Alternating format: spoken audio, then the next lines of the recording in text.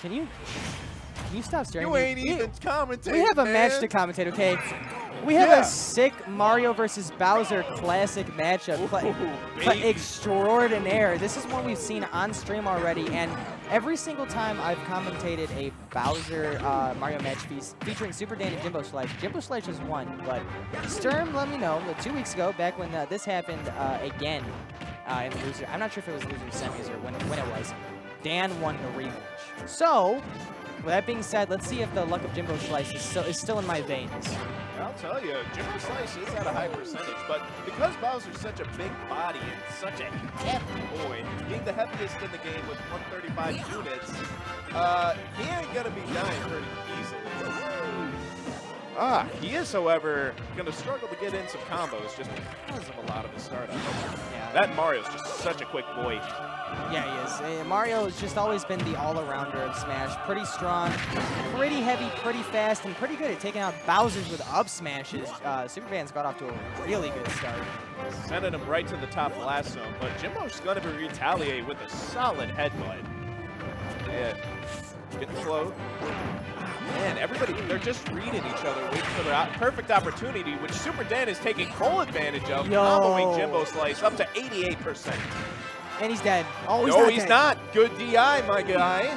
He's so close. Ooh, man. See, it's stuff like this that gives me anxiety and why I love fighting games. Like, it's just, there's a lot of tension here, right? Yeah. Here's the thing, too, about this specific matchup. Bowser's dead. Yeah, Bowser dies. Bowser dies. Mario will. Other than that, it's kind of what you expect from a heavy, is to be down early, but then make a good comeback. But it might be a little too down. Yeah, I think Super Dan's just really good on about staying on Jimboshlice. Jimboshlice did take a stock there, but Super Dan has been laying on the pressure thick this entire game. Yeah, it's going to be really tough for Jimboshlice to make a comeback. With that being said, Jimbo knows that it's not going to take a whole lot to actually get him into a good position here. That's true, because Bowser is such a heavy and hits so hard. He can't send Super Dan into a very high percentage, but yeah, off stage, that's a spooky area to be, my guy. Yeah, absolutely. Not to mention the fact when you're sitting on loser semis, losing your first game in a pretty dramatic fashion. At 150 percentage, Jimboshlice is now in danger zone territory here, y'all. Might as well go deep if you can afford it. Ah, man. Oh, man, and the up smash is going to do it. Yep. Ah, man. That was rough. That was a rough one. That was a rough one for Jimbo. That was definitely rough. I have faith that Jimbo can still pull it off, because, like, Bowser does hit hard. He has decent mobility as well, but, like, man, Mario. It's all about when Mario tries to go for all of his combos, realizing when he is, like, approaching the situation where he wants to start, you know, flipping like a madman, and realizing that, and then you just use some sort of get off me tool. Anything you can. Rack up some damage on him and kill him at like 80. Anything you can do. Yeah, Bowser has some get off me tools. Like, his neutral B, if not reflected, can actually act as a pretty decent amount of damage. Hitting at least 30 if hit it properly. And the side B is going to be doing some pretty decent damage as well. Getting him also up to 39. Yeah, we haven't seen a whole lot of big Bowser. We actually didn't see any big Bowser grabs first game here. It was basically just all Super Dan. It is a risky move, though, because while it does have a 6-frame startup, the recovery does make it a bit dangerous, especially when facing a combo-heavy character like Mario. Dude, as a very rare mix-up, down B can be so good. It shatters shields and it does so much damage, especially if you get hit with the startup, too. Yeah, absolutely. And I do appreciate that Jimboshlice is not throwing that out, though, because it's such an unsafe, heavy read option. Yeah. Man. Jimbo getting some really good percentage in on Super Dan. He's saying, nah, man, I'm done with your stuff from last game. This is my stage now. Get up to that top last zone, boy. Yeah, this is seeming a much more like Jimbo's game. Even though losing a stock there, I think he'll take that after game 1 when he was looking relatively extremely lost. Yeah, it's much more even this game for sure. Bowser, with one hit, just getting 13.8%. That should show you just how much damage he's able to put out with a single blow. Nice little combo coming out from Super Dan there. Once again, he's stringing together a lot of really good combos that puts Jimbo in really bad positions. But this is what Jimbo likes to do. Making sure that Super Dan doesn't get him into a bad position and then just chipping away. Chip away, chip away, chip away. Yeah, absolutely. He knows when Super Dan's going to be coming in for combos, and he's countering that with his relatively quick aerials. Ooh, man, that was going to be enough to do it. Got Brawl flashbacks there where Bowser just could not recover for some reason.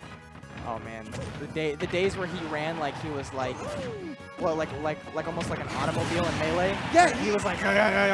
He literally looked like he was running on wheels, like. it was so. I'm gonna be running down to the boundless. Like a sponsored by NASCAR. Bowser.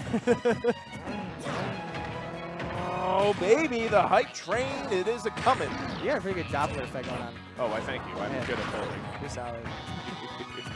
This is okay. So this is exactly what we see when it comes to these matchups, though. The heavies have a lot of damage, but can turn it around in just a second. Meanwhile, Mario's trying to play bait the beast without getting bit. Yeah, absolutely. One of those baits was definitely a down special from a little bit earlier. We were just talking about how the recovery on that is super unsafe. It leads to some pretty hefty punishes. It whiffed.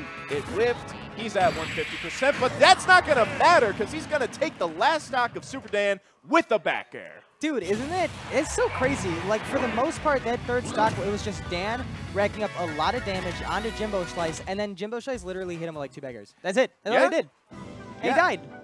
Exactly. Because as Bowser, like we've been saying, you don't really have to hit him a lot in order to kill the opponent. No, absolutely not. And that's definitely one of Big Bowser's takes.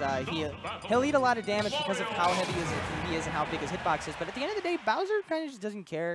He's just like, sure, hit me. I'll hit you harder. Yeah, Bowser just kind of does Bowser, really. I mean, look, Mario comes out of a pipe, Bowser comes through fire. He's a showman, ladies and gentlemen. That was Mario hit him from like the front of Bowser, and then Bowser did like this like anime move where he grabbed and he just wasn't there anymore. Yeah. Nani? Oh, Nani! And then Super Dan's coming in with no! Man, he really did Omaira Mission. I don't watch anime, but I get the reference. Fist of the North Star, my guy. Get educated, you degenerate. Oh, man, but Jimbo's going to be educating Super Dan, telling him that even though he got a solid forward air on him, he ain't out of this race quite yet. So that was sort of unfortunate. Moments like that where, yeah, like, dude, lighting up a rocket ship and letting it fly. That up B can be so dangerous.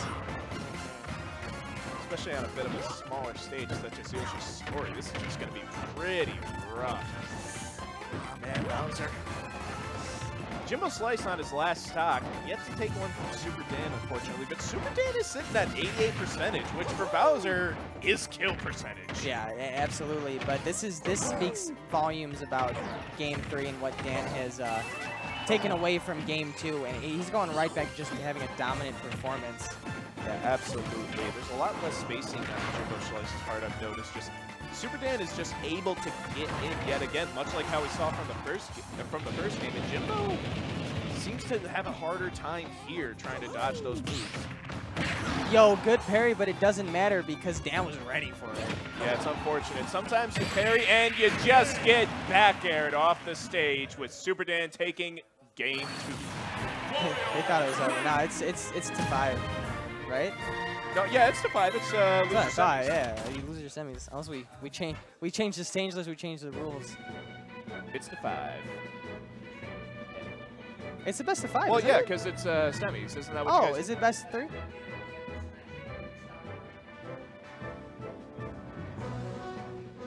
Oh, okay, that's fair. Yeah, all right. No, you're right. You're right then. You're right. Okay, no, it was best of 3. All right, fair enough. An unexpected ending in this game, actually. Yeah, very true. I mean, as a Bowser boy myself, it's always hard to deal with those faster characters, especially